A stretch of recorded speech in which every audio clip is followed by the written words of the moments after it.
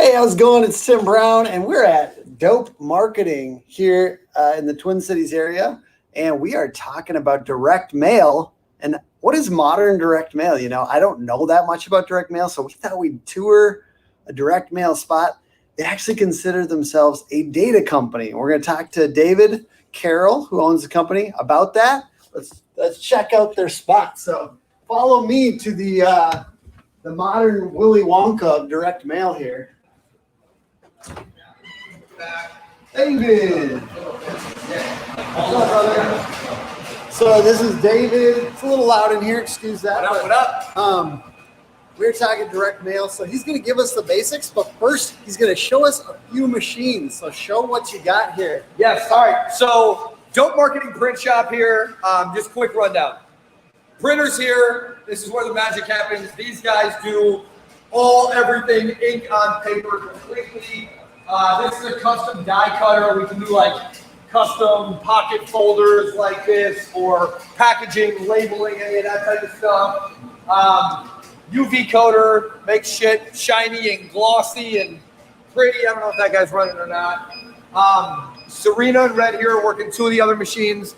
This is our folder creaser. So this is gonna start banging out trifolds. Check this out. Once it grabs, sticks, maybe. This machine here, there we go. It's so satisfying. Folding trifold. Boom, boom, boom.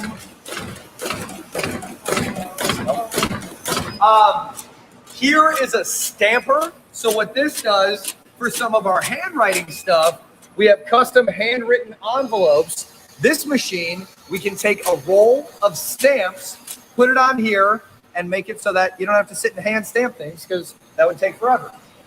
This machine does inserting, so we can take like a handwritten note, a postcard, insert it into an envelope, and seal it all in one shot. You know, technology making things simple. Cam's over here running the yard sign printer. For some of you that have bought yard signs from us. End result here, we do a lot of signs over here at Dope Marketing and always have crazy good deals on yard signs for your business.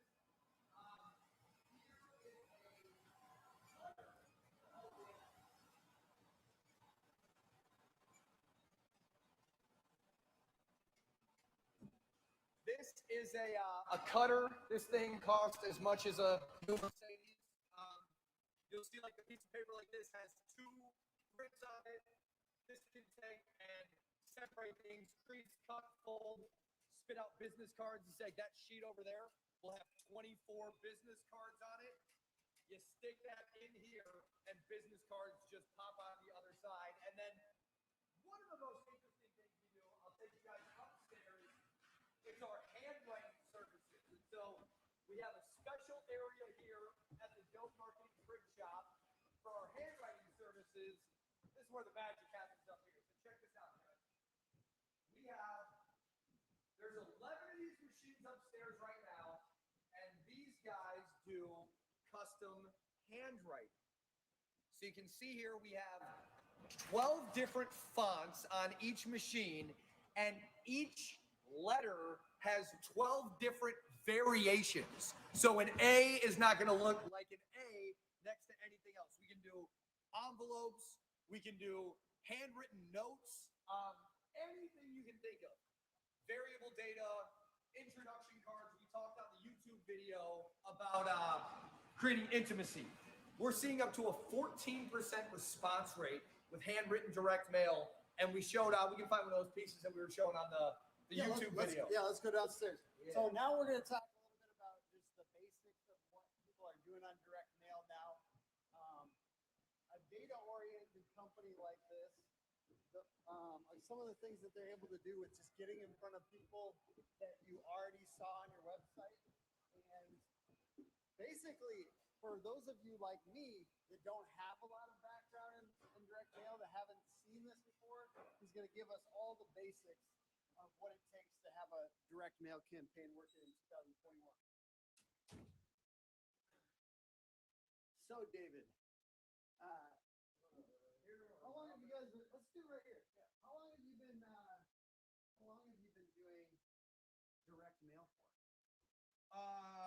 11 years. Here, I'm gonna let you reset. No, you're good. Okay. 11 years. So talk to me about how that's evolved over this time. Like what is available to us nowadays as marketers and as small businesses that wasn't available 11 years ago? So the biggest thing is like the way that the technology changed in the data. I'm going to share the slide.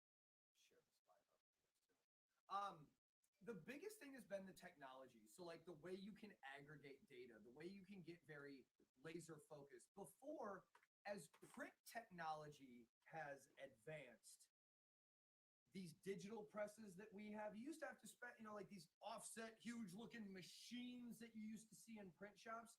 That's not necessarily required all the time. We buy printers for $50,000 to $100,000 for those 3 printers you saw up front. And these things can do short runs, and that's what we specialize in. We're a short run digital shop. And so like anything from 10 pieces, 50 pieces, 100 pieces, up to like 100,000 pieces, that's where we really find our niche in the print space. If you came to us for 1 million pieces of direct mail in one campaign, we have a vendor that we would source that out to, because that's not really our game. The biggest thing that's changed with direct mail outside of the print technology is the ability to get intimate and create cross-channel marketing campaigns.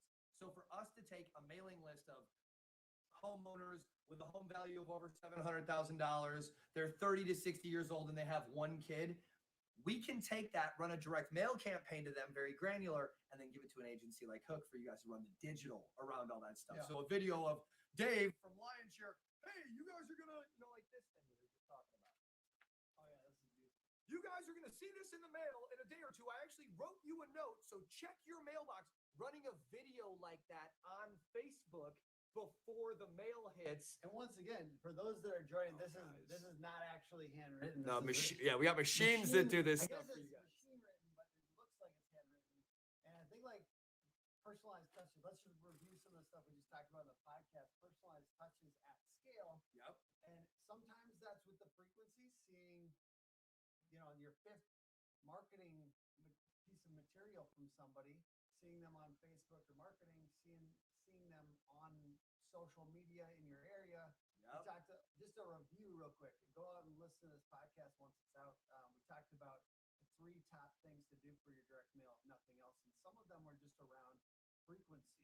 Yep. And getting your top 3 zip codes that you're doing business in as a home services company, and making sure that you're hitting those somewhat rhythmically. We talked about how having 10 touches in a smaller area is going to be a lot more impactful than having 1 touch in a giant area. So getting targeted with these zip codes. Yep. And then also coordinating, like you're saying, with the digital side and those types of things.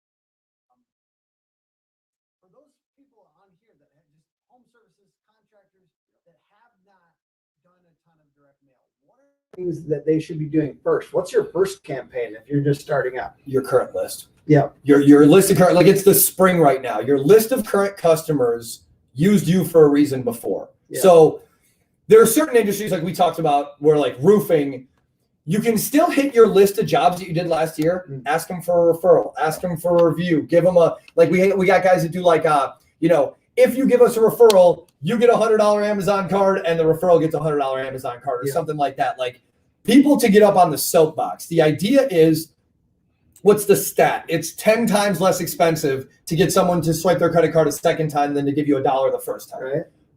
Going back to your current customer list all the time.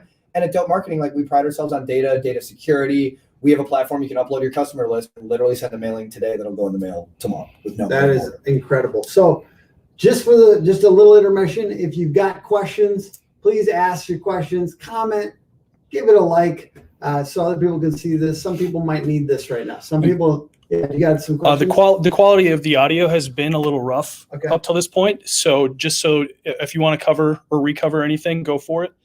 But they just said audio is good to go now. So okay, good. All right. So I guess how long is that? Yeah. We'll go through back every single. But it's funny. A lot of people were watching. So maybe the first part was a little bit about the visual. It's fun to see. I think it's very satisfying to see print in action. I think, especially those auto writer machines are super cool. But like from my point of view, when I first got my first business, just talking about tactile. Yep. And I'm not the only one out here. Like when I first got my first business card, how big of a deal that was for me, like, is a big deal. So certainly the idea of, I'm the biggest proponent ever of yard signs. So let's just cover the basics. Like for me, truck wraps, yard signs, those types of things, everyone should be doing them. If you're not doing them, that's literally just basics. You got to be. If you're not getting calls from the cities in your local area that you're putting signs all over the place in the wrong places and they're threatening you with fines, you're not putting out enough signs. Yeah, there you go. That's I just wish there was more opportunities for a marketing company like mine to put up signs, because I would put them up. I would totally put them up. I honestly think it would work. Probably would. We wrapped our truck, which is funny as hell, but you should wrap your truck. So we have for my wife's Escalade. We've looked at getting that. Dude, wrapped. it looks sweet. It's kind of like a flex. It's funnier for a company like ours, but it's cool. And for home services, they like something to stick out. I saw guys. There was in a one of the Facebook digital groups, whatever. I saw these guys like talking shit about this. They saw a guy that was like Facebook ads on a yard sign. Yeah. And they're like, what does he think? He can't run ads to get clients? I'm like, that's fucking brilliant. Yeah. Like it's perfect. So take from over here. If you're doing this, that's the funniest thing. People are like, I'm a Facebook ads guy, so I'm gonna get people through Facebook ads.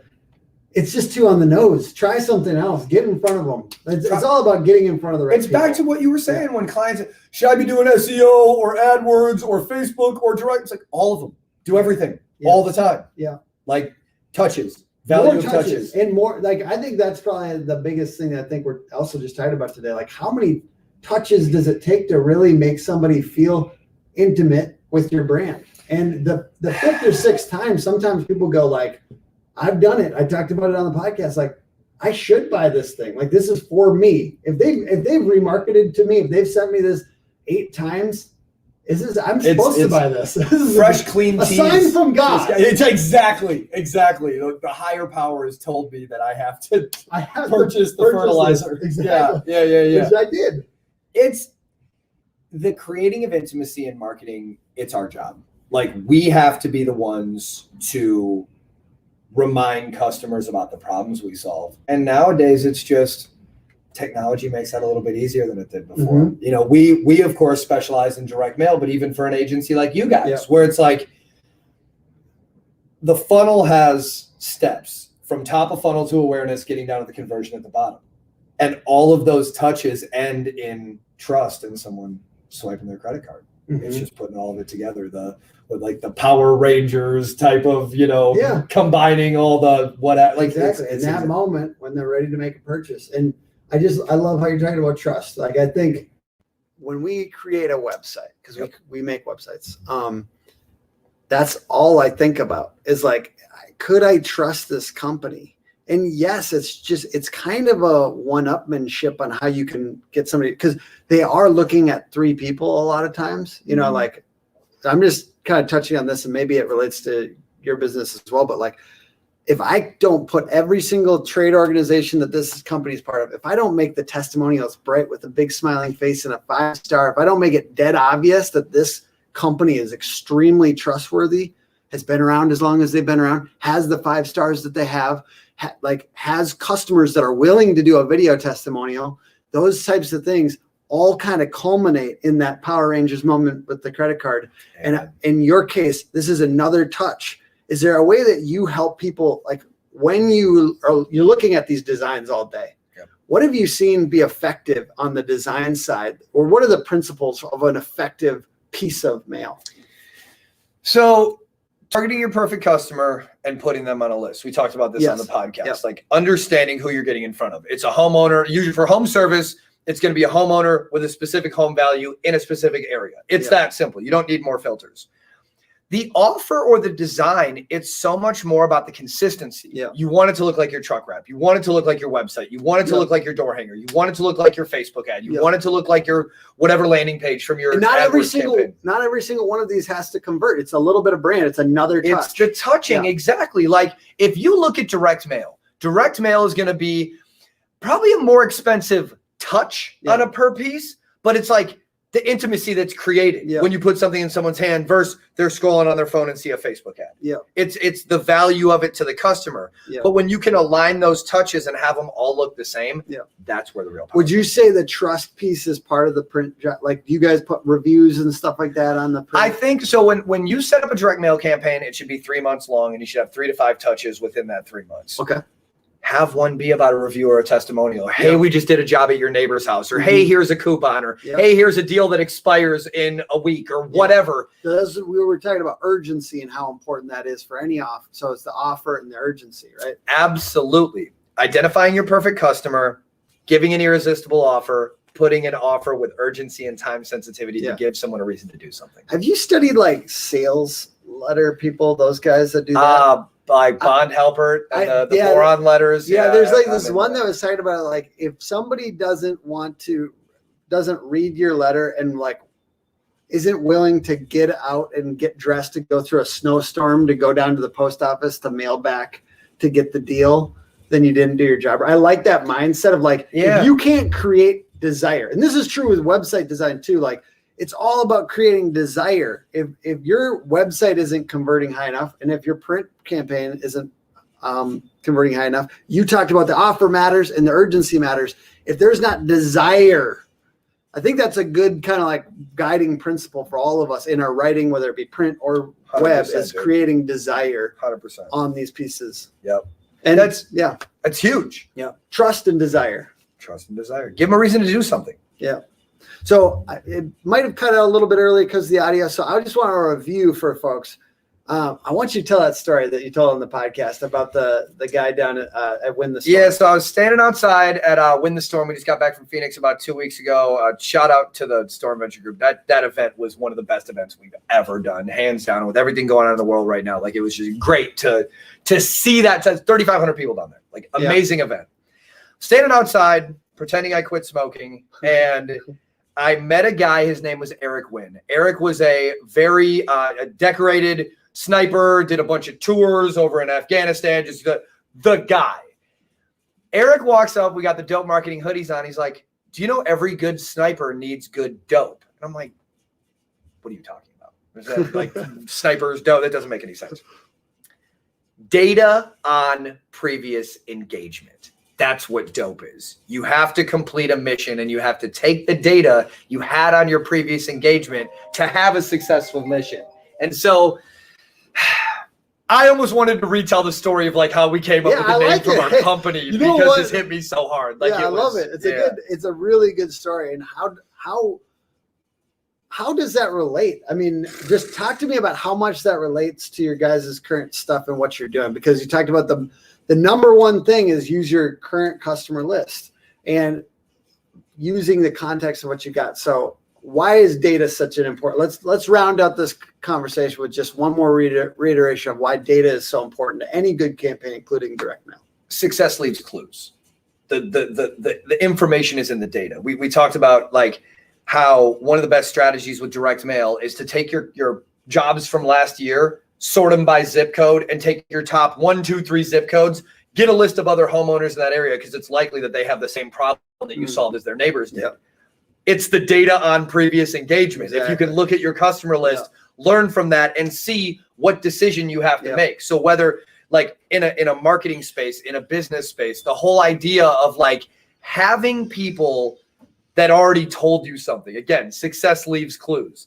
The data is in the previous engagement that you had. So instead of trying to reinvent the marketing wheel or create some new thing, learn from what you've done well before and use that data to make your decisions. And just reiterating what we said in the podcast as well, go listen to it when it's up on Hook Better Leads and on YouTube. But from my point of view, that's always going to be one of my biggest principles is push into what's working.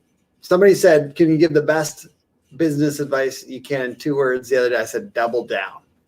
Bingo. Double down. Bingo. So anyways, appreciate you so much, Dave. Absolutely, Rob. Dope Marketing is, what city are we in right now? Mendota. In the Twin Cities, Minnesota. Certainly you guys work with companies all over the country. National, everything. And check out their website at dopemarketing.com or find us on Facebook at Dope Marketing. And thanks for watching the video. If you got some value out of it, join us next week for our next episode of Contractor Marketing Live.